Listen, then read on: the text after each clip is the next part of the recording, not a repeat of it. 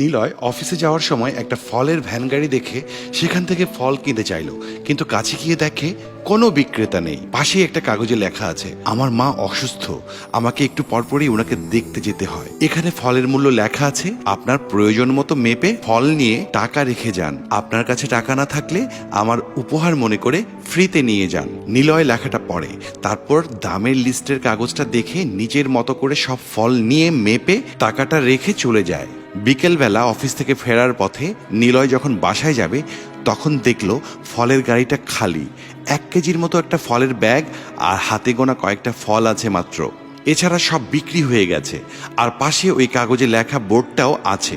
নিলয় নিজের কৌতূহল আটকে রাখতে পারল না। নিলয় ওনার নাম জিজ্ঞেস করে, জবাবে তিনি বলেন তার নাম রহমান। এই কাগজের উপর ভরসা করে এত দামি ফলগুলো রেখে যান, আপনার লস হয় না? রহমান তখন একটু হেসে বলে, তাহলে আপনাকে পুরো ঘটনাটা খুলে বলছি। দীর্ঘদিন যাবৎ আমার মা অসুস্থ। 1.5 বছর আগে উনি বিছানায় পড়েছেন। মায়ের দেখভাল আমাকেই করতে হয়। গোসল করানো, খাওয়ানো, রান্না, বাথরুমে নিয়ে যাওয়া সব আমাকেই করতে হয়। তখন আমি ভাবি আমার এই ফলের ব্যবসাটা বন্ধ করে দেব, কিন্তু ব্যবসা বন্ধ হলে খাবো কি? একদিন মাকে বললাম, মা আর হয়তো ব্যবসাটাকে চালিয়ে নিয়ে যেতে পারবো না। এ কথা শুনে মা বলল, অসুবিধে নেই, আমি আজ থেকে আমার নিজের খেয়াল নিজেই রাখবো। তুই আমাকে বাসায় একা রেখেই তোর কাজে চলে যাস।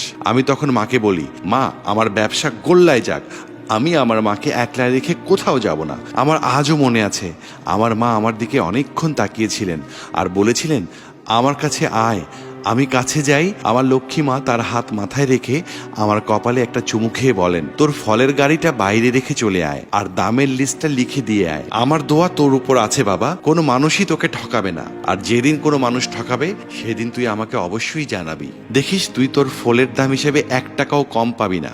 নিলয় কৌতূহলের বসে জিজ্ঞেস করে, লস হয়নি একদিনও? 1 টাকাও কম পাননি?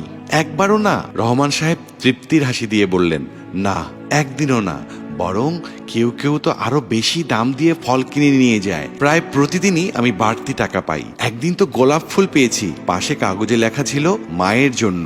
কোনো একজন লিখে গিয়েছিল, মায়ের সেবা করছেন, অবশ্যই আপনার ভালো হবে। একদিন দেখি একজন ডাক্তার তার কার্ড দিয়ে গেছেন আর লিখে গেছেন, মা বেশি অসুস্থ হলে জানাবেন, আমি আসব। নিলয় অবাক হয়ে রইল। রহমান সাহেব আরো বলল, আজকে কে যেন আমাকে দোকানে 1 কেজি ফল কিনে আমার দোকানেই রেখে গেছে আর লিখে দিয়েছে মাকে খাওয়াবেন। রহমান জানে না ওই লোকটির সঙ্গেই তিনি কথা বলছেন, যিনি 1 কেজি ফল তার মায়ের জন্য রেখে গেছেন। আমি আমার মায়ের যত্নের কোনো কমতি রাখি না, আর উপরওয়ালা আমার রিজিকের কোনো কমতি রাখে না। আপনার সাথে আপনার মায়ের দোয়া ও আল্লাহ তাআলার রহমত আছে, আপনার কোনোদিন খারাপ হবে না। এই বলে নিলয় বিদায় নিলে রহমান গভীর শান্তির একটা হাসি দেয়। আশেপাশে যেন কোনো খারাপ আবহাওয়া নেই। নিলয় আনমনে হাসতে হাসতে বাড়ি যাচ্ছে। মানুষের ওপর মানুষের এমন বিশ্বাসের এত সুন্দর নিদর্শন আর হয়তো কোথাও দেখেনি নিলয়। এসব কিছুই সন্তানের মায়ের প্রতি বিশ্বাস আর মায়ের সন্তানের উপর যে দোয়া, সেই দোয়ার ফল। আমরা মানুষ হয়ে যদি বাঁচি, পৃথিবীটা কত সুন্দর তা উপলব্ধি করা যায়।